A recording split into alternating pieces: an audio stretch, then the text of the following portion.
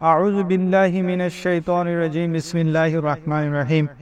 প্রিয় বন্ধুরা, আসসালামু আলাইকুম ওয়া রাহমাতুল্লাহি ওয়া বারাকাতুহু। আজকে এমন একটি আমলের কথা বলবো যে আমলটির কারণে ঘরের খুশি, ঘরের সুখ, ঘরের শান্তি ছিনতাই হয়ে যায়, বরবাদ হয়ে যায়, ধ্বংস হয়ে যায়। প্রিয় নবী করিম সাল্লাল্লাহু আলাইহি ওয়াসাল্লাম সে আমলটি করতে নিষেধ করেছেন। কোন সে আমল? আজকে বিস্তারিত কোরআন হাদিসের আলোকে আলোচনা করব। আল্লাহ তাআলা সর্বপ্রথম যে সম্পর্কটি সৃষ্টি করেছেন সেটি মা বাবার সম্পর্ক নয়, ভাই বোনের সম্পর্ক নয়, সন্তানের সম্পর্ক নয়। সর্বপ্রথম আল্লাহ যে সম্পর্ক সৃষ্টি করেছেন সেটি হলো স্বামী স্ত্রীর সম্পর্ক। আর ইনসানিয়তের শেষ সম্পর্কটি হলো স্বামী স্ত্রীর সম্পর্ক। কেননা জান্নাতে প্রত্যেক স্বামী তার স্ত্রীর সাথে আর প্রত্যেক স্ত্রী তার স্বামীর সাথে আবাদুল আবাদ বসবাস করবে। কোন বন্ধনের ব্যাপারে এত বেশি আয়াত নাজিল হয়নি যত বেশি আয়াত স্বামী স্ত্রীর বন্ধনের ব্যাপারে নাজিল হয়েছে।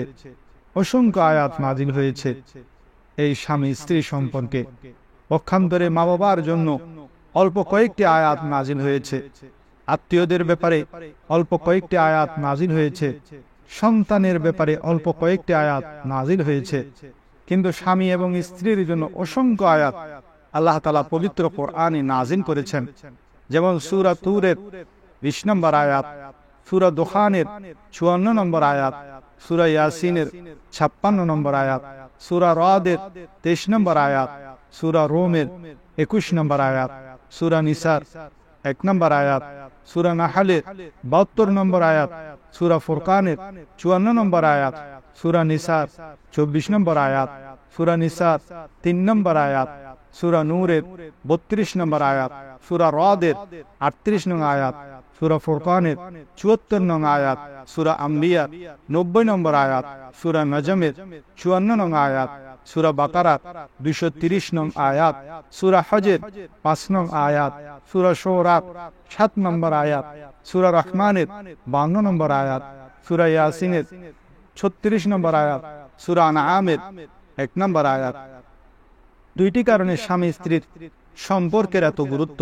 নাম্বার 1, স্বামী স্ত্রীর সম্পর্ক হলো এই সমাজ ব্যবস্থার মূল ভিত্তি, এই সমাজ ব্যবস্থার মূল ফাউন্ডেশন। স্বামী স্ত্রীর সম্পর্কের উপরেই এই সমাজ, এই পরিবার প্রতিষ্ঠিত। যদি এই সম্পর্ক ভেঙে যায় তাহলে গোটা একটা পরিবার ভেঙে যায়। যদি অনেকগুলি পরিবার এভাবে প্রতিনিয়ত ভেঙে যেতে থাকে, একসময় আমাদের এই সুন্দর সমাজ ব্যবস্থাটি ভেঙে যাবে। এই সম্পর্কটি খুবই সংবেদনশীল। সংবেদনশীল এই জন্য যে পৃথিবীতে অন্য কোনো সম্পর্ক ভঙ্গ হয় না, কিন্তু স্বামী স্ত্রীর সম্পর্কটি মাত্র তালাক নামক একটি শব্দ দিয়ে ভেঙে যায়।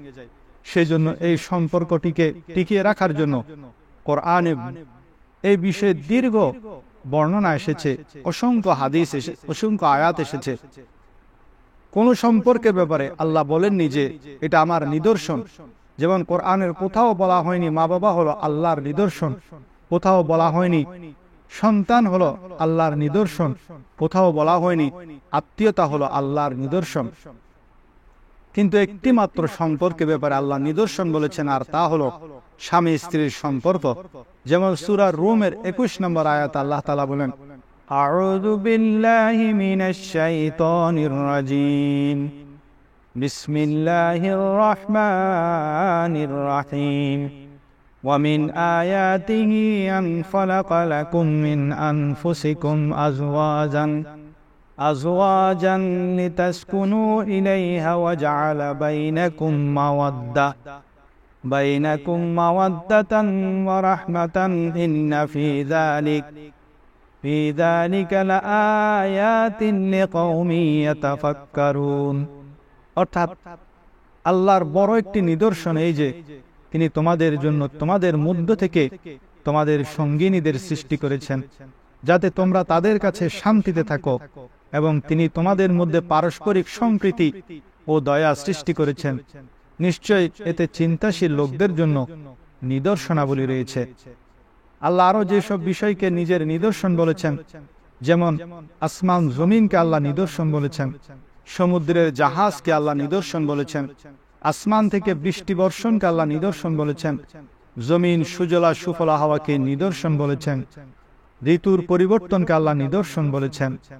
এইগুলিকে আল্লাহ অনেক বড় বড় নিদর্শন বলেছেন। ঠিক তেমনি স্বামী স্ত্রীর সম্পর্কটাকেও আল্লাহ তাআলা অনেক বড় নিদর্শন বলে ঘোষণা করেছেন। সুবহানাল্লাহ। এই বিষয়গুলি সূরা রুমের 20 থেকে 25 নম্বর আয়াতে আল্লাহ তাআলা বিস্তারিত বর্ণনা করেছেন। অতএব কোরআন এবং হাদিস থেকে বোঝা গেল, দুনিয়ার জমিনে সবচেয়ে বড় রিশতা, সবচেয়ে বড় বন্ধন, সবচেয়ে বড় সম্পর্ক হলো স্বামী স্ত্রীর সম্পর্ক। সেই সম্পর্কটিকে সামান্য মেজাজ, সামান্য রাগ, সামান্য অভিমানের কারণে মানুষ ছিন্ন করে ফেলে। আল্লাহ আমাদেরকে স্বামী স্ত্রীর সম্পর্ক ছিন্ন করা থেকে বেঁচে থাকার তৌফিক দান করুন। আল্লাহ যেটাকে অনেক বড় নিদর্শন বলে ঘোষণা করেছেন, আল্লাহর সেই নিদর্শনকে টিকিয়ে রাখার তৌফিক দান করুন। আল্লাহ আমাদের প্রত্যেকের দাম্পত্য জীবনকে সুখময় করুন, বরকতময় করুন। স্বামী স্ত্রীর রাগ দমনের উদাহরণ হলো একটি সুতার মতো। যদি একটি সুতাকে দুজনের দুদিক থেকে টানে তাহলে দ্রুত ছিঁড়ে যাবে, কিন্তু একজন টানলো, অন্যজন ডিম দিল, তাহলে সেই সুতা আর ছিঁড়ে না। তেমনি স্বামী স্ত্রীর কেহ যদি রাগ করে তখন একজন চুপ হয়ে যাবেন। যদি উভয়ে রাগ করে তাহলে দ্রুত সম্পর্ক নষ্ট হয়ে যাওয়ার সম্ভাবনা। এক মহিলা হুজুরের কাছে গিয়ে স্বামীর সাথে প্রতিদিন ঝগড়া হয় সে অভিযোগ নিয়ে গেল। হুজুর মহিলাকে পানি পরা দিল আর বলল, স্বামী যখন বকা দিবে তখন মুখের মধ্যে পানিগুলি নিয়ে রেখে দিবে, গিলে ফেলবে না।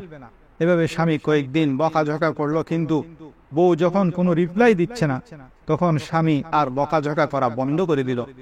এদিকে বউ মনে করলো হুজুরের পানি পরা কাজ করছে। মূলত স্বামী যখন বকা দেয় বউ তখন তার উত্তর দেয়, ফলে ঝগড়া বেড়ে যায়। এখন বউয়ের মুখে পানি থাকায় কোনো উত্তর দিতে পারছে না বলে স্বামীও বকা ঝকা করে একসময় শান্ত হয়ে যায়। এভাবে যখন একজন রাগ করবে অন্যজন চুপ থাকলে ঝগড়া অশান্তি আর বৃদ্ধি পায় না। আগের যুগে মা বাবারা, মুরব্বীরা তাদের কন্যাকে বিয়ের দিন নসিহত করত, বেটি আজ তোমার পালকি তোমার স্বামীর উঠানে যাচ্ছে, সেখান থেকেই যেন তোমার জানাজা বের হয়, সেই উঠান থেকেই যেন তোমার জানাজার খাট বের হয়। সেজন্য তখন মেয়েরা যতই কষ্ট হোক মুখ বুজে সহ্য করত, আর তালাকও হতো না। মদিনার আনসারদের প্রশংসা করে নবীজি ফরমান, মদিনার আনসারদের ঘরে নতুন বউ আসলে সে নতুন বউয়ের জন্য তারা এমন পরিবেশ তৈরি করে যে সেই নববধূ তার শ্বশুর বাড়িকে নিজের ঘর বলে মনে করে। আমাদের উচিত পরের ঘরের মেয়েটি সব ছেড়ে বউ হয়ে ঘরে আসে সে যেন কোনোভাবেই মনে না করে যে এই ঘরে আমার আপন বলে কেউ নাই। আগে ঘরের বড়রা স্বামী স্ত্রীর মধ্যে ঝগড়া হলে ঝগড়া মিটাতেন, এখন আরো ঝগড়া লাগিয়ে তামাশা দেখেন। অথচ একদিন নবীজি ফাতেমার ঘরে গিয়ে দেখেন আলী নাই। ফাতেমার মন খারাপ। নবীজি বললেন, তোমার সাথে কি আলীর ঝগড়া হয়েছে? আলী কোথায়? ফাতেমা বললেন, রাগ করে ঘর থেকে বের হয়ে গেছে। নবীজি মসজিদে গিয়ে দেখেন আলী মসজিদের ফ্লোরে মাটির উপর শুয়ে আছেন, শরীরে মাটি লেগে আছে। তখন নবীজি বললেন, হে আবু তোরাব, অর্থাৎ তোরাবের বাবা, মাটির বাবা, উঠো। তাকে হাত ধরে ঘরে নিয়ে আসলেন। বিছানায় প্রিয় নবীজি শুলেন, ডান পাশে আলীকে, বাম পাশে ফাতেমাকে শোয়ালেন, আর আলীর হাত নবীজির পেটের উপর রাখলেন, তার উপর ফাতেমার হাত রাখলেন এবং সবার উপরে নবীজির হাত রেখে বললেন, এবার তোমরা আমার মুখে মুখে বলো, আমরা একে অপরের সাথে সন্ধি করে ফেলেছি, আমাদের মধ্যে সব পিটমাট হয়ে গেছে। নবীজি তাদেরকে কি নিয়ে ঝগড়া তা প্রশ্ন করেননি, বলে দিলেন, বলো আমাদের সন্ধি হয়ে গেছে, সোলা হয়ে গেছে। তারাও বলে দিল, আমাদের মধ্যে সন্ধি হয়ে গেছে, সোলা হয়ে গেছে, মিটমাট হয়ে গেছে। এবার নবীজি খুব আনন্দিত ও হাসি মুখে বের হলেন। সাহাবীরা প্রশ্ন করেন, ইয়া রাসূলুল্লাহ, আজ আপনাকে খুব আনন্দিত লাগছে। নবীজি বললেন, আমি আলী এবং ফাতেমার মাঝে সন্ধি করে এসেছি, সেজন্য আমি এত আনন্দিত। এটাই হলো বড়দের কাজ। কিন্তু এখন কনেপক্ষ নিজের অহংকার দেখায় আর বরপক্ষ নিজের অহংকার দেখায়, আর এর ফলে হাজার উপর বরবাদ হয়ে যাচ্ছে। আবার যে মহিলা বিনা কারণে কোনো ধরনের শরীয়ী কারণ ছাড়া স্বামীর সাথে রাগ অভিমান করে স্বামীকে অসন্তুষ্ট করে নারাজ রেখে যদি সে মহিলা রাত কাটায়, তাহলে সারা রাত সেই মহিলার উপর আল্লাহ লানত বর্ষিত হয়। ইসলাম সব ক্ষেত্রে ব্যালেন্স করেছে। একটি সংসারের জন্য নারী পক্ষের যেমন জিম্মাদারি আছে, পুরুষ পক্ষেরও জিম্মাদারি আছে। আমাদের পাশের এক বাস ড্রাইভার ছিল, এখন তারা জায়গাটি বিক্রি করে অন্য জায়গায় চলে গেছে। আমি তখন ছাত্র ছিলাম। সেই ড্রাইভার প্রতি রাতে মদ খেয়ে এসে বউকে মারধর করত। সে বউ মারের ছুটে দৌড়ে আমার মায়ের কাছে চলে আসতো আশ্রয় নিতে, আর সে মদখোর ড্রাইভার আমাদের গালি দিয়ে 14 গোষ্ঠী উদ্ধার করত। যদি অত্যাচারের পরিমাণ সীমা ছাড়িয়ে যায়, সেজন্য একান্ত অপারগতার ক্ষেত্রে তালাকের অপশন প্রয়োগ করার বিধান আছে। কিন্তু এখন ঠুনকো কারণে এত বড় পবিত্র বন্ধন, যেটাকে আল্লাহ নিদর্শন বলেছেন, সেটাকে মানুষ ছিন্ন করে ফেলে। ঘর আবাদ করতে হবে, আবাদ করতে হলে ঘরে সুখ শান্তি চাইলে একে অপরকে সম্মান দিতে হবে। আমার নবী স্ত্রীদেরকে সম্মান কিভাবে দিয়ে সেটা শিখিয়েছেন। আরবদের মধ্যে প্রচলন ছিল, কোনো নারী যদি নাপাক হয় তখন সে স্বামীর বিছানায় থাকতে পারত না, স্বামীর রুমে থাকতে পারত না। একদিন হযরত উম্মে সালমা রাদিয়াল্লাহু তাআলা আনহা নবীজির পাশে ছিলেন। হঠাৎ যখন তিনি নিজের নাপাকির হালত অনুধাবন করলেন, নবীজির পাশ থেকে চলে গেলেন, কাপড় বদল করে ঘরের এক পাশে একটি চাটাই বিছিয়ে শোয়ার ব্যবস্থা করছিলেন। কিন্তু হুজুর পাক সাল্লাল্লাহু আলাইহি ওয়াসাল্লাম তাকে নিজের পাশে একই বিছানায় ঘুমানোর জন্য নির্দেশ দিলেন। এভাবে স্ত্রীকে সম্মান করা শিখিয়েছেন। স্ত্রী যদি কোনো ভুল থাকে সে ব্যাপারে নবীজি বলেন, তোমরা স্ত্রীর কোনো বিষয় যদি তোমার স্ত্রীর খারাপ লাগে তাহলে তার ভালো দিকগুলি নিয়ে চিন্তা করো। ওভারঅল দেখা উচিত। কোনো একটি দোষকে দেখে তার কারণে রাগ করা উচিত নয়। স্ত্রীর মতামতকে গুরুত্ব দিয়া স্ত্রীকে সম্মান করার দ্বারাও বন্ধন অটুট থাকে। রাগ আসতে পারে, আর সে রাগ যদি সীমার অতিরিক্ত হয়ে যায় তখন সুখের সংসার মুহূর্তে বরবাদ হয়ে যায়। তাই রাগ আসলে কয়েকটি আমল করতে হবে। সেগুলি হলো, আউযু বিল্লাহি মিনাশ শাইতানির রাজিম পড়বেন, সাথে সাথে শয়তান পালিয়ে যাবে এবং রাগ কমে যাবে। দাঁড়ানো অবস্থায় রাগ আসলে বসে যাবেন, বসা অবস্থায় শুয়ে যাবেন। তাতেও রাগ না কমলে অজু করে নেবেন অথবা ঠান্ডা পানি দিয়ে গোসল করে ফেলবেন।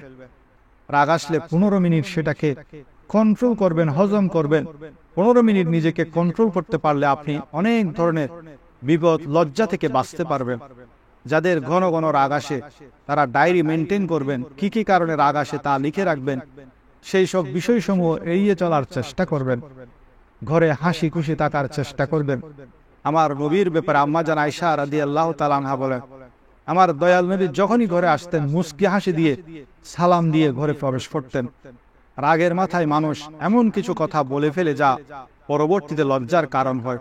তাই যখনই বেশি রাগ আসবে তখন চুপ থাকাই হলো বুদ্ধিমানের কাজ। আপনার সামনে যে আছে, যার কারণে আপনার রাগ হচ্ছে, তাকে আপনার রাগের কারণগুলি ঠান্ডা মাথায় বলুন, লিখে দিন। রাগের মাথায় না বলে ঠান্ডা মাথায় বুঝিয়ে বলুন। রাগ আসলে সেই লোকটির সামনে থেকে সরে যাবেন, রুম পরিবর্তন করে ফেলুন। এভাবে রাগকে দমন করা যায়। হাদিস শরীফে রাগ ঠান্ডা হওয়ার 4টি ধরন বয়ান করা হয়েছে। নাম্বার 1, যে রাগ দ্রুত আসে দ্রুত ঠান্ডা হয়ে যায়। যে রাগ দ্রুত আসে দেরিতে ঠান্ডা হয়। যে রাগ দেরিতে আসে দেরিতে ঠান্ডা হয়। যে রাগ দেরিতে আসে দ্রুত ঠান্ডা হয়। নবীজি বলেন সবচেয়ে ভালো রাগ হলো 4 নম্বর রাগ, যেটি দেরিতে আসে এবং দ্রুত ঠান্ডা হয়ে যায়। সুতরাং আমাদের তবিয়ত যেন এমন হয় যে কথায় কথায় যেন আমাদের রাগ না আসে, দেরিতে রাগ আসলেও তা যেন দ্রুত ঠান্ডা হয়ে যায়। তাহলে বোঝা গেল রাগ দ্রুত আসা এটাও খারাপ, আবার রাগ দেরিতে ঠান্ডা হওয়াটাও খারাপ। মনে রাখবেন, রাগ দমন করার ফলে হাজারো লজ্জা থেকে মানুষ রক্ষা পায়। রাগের কারণে মানুষ এমন কাজ করে বসে যার জন্য সারা জীবন পস্তাতে হয়। সারা জীবনের গুছানো সুখের সংসার বরবাদ হয়ে যায়। আর তা দেখে শয়তান খুশি হয়, শয়তান হাসতে থাকে। অনেকে রাগের মাথায় তালাক দিয়ে দেয়, পরে লজ্জায় মুখ ঢাকতে হয়। রাগের মাথায় মা বাবার সাথে বেয়াদবি করে, পরে লজ্জায় মুখ দেখাতে পারে না। নবী করিম সাল্লাল্লাহু আলাইহি ওয়াসাল্লাম রাগ দমন করার ব্যাপারে চমৎকার উদাহরণ দিয়েছেন। একদিন নবীজি সাহাবীদেরকে প্রশ্ন করেন, বলো দেখি সবচেয়ে বীর পলোয়ানকে? সকলে জবাব দিল, যে অন্যকে আছাড় দিয়ে ফেলে দিতে পারে না, পারে সেই হলো বীর পলোয়ান। নবীজি বললেন, তোমাদের জবাব সঠিক নয়। প্রকৃত বীর পলোয়ান হলো সে যে নিজের রাগকে কাবু করতে পারে, কন্ট্রোল করতে পারে, সেই হলো প্রকৃত পলোয়ান। দেখুন হুজুর সাল্লাল্লাহু আলাইহি সাল্লাম এত সুন্দর উপমা দিয়ে রাগ দমন করার কথা বুঝিয়েছেন, যা যে কেউ সহজে বুঝতে পারেন। রাগ এসেছে রিকশাওয়ালাকে থাপ্পড় মেরে দেওয়াটা বাহাদুরি নয়, রাগ এসেছে বউকে তালাক দিয়ে দেওয়াটা বাহাদুরি নয়, রাগের মাথায় মা বাবার সাথে উঁচু গলায় কথা বলা বাহাদুরি নয়, রাগের মাথায় বড় ভাইয়ের সাথে উঁচু গলায় কথা বলা বাহাদুরি নয়, রাগের মাথায় ফাঁসি খাওয়া বাহাদুরি নয়, রাগের মাথায় চাকরি ছেড়ে দেয়া বাহাদুরি নয়, বরং বাহাদুরি হলো রাগকে কন্ট্রোল করা। এই কন্ট্রোলের মাধ্যমে, রাগকে দমন করার মাধ্যমে আমাদের সংসার সুখের হতে পারে, পরিবার শান্তির হতে পারে, সমাজ ব্যবস্থা সুন্দর হতে পারে, ওভারঅল সবকিছু সুষ্ঠু এবং সুন্দর হতে পারে। আল্লাহ তাআলা আমাদেরকে নিজেদেরকে রাগের এই মহা বিমারি থেকে হেফাজত করুন, রাগ করা থেকে হেফাজত করুন, শয়তানের অনিষ্ট থেকে হেফাজত করুন। আমাদের পরিবার সমূহ যে তালাকের মাধ্যমে ধ্বংস হয়ে যাচ্ছে, সেই তালাক নামক মহামারী থেকে আমাদের পরিবার সমূহকে, সমাজ সমূহকে হেফাজত করুন। আমিন।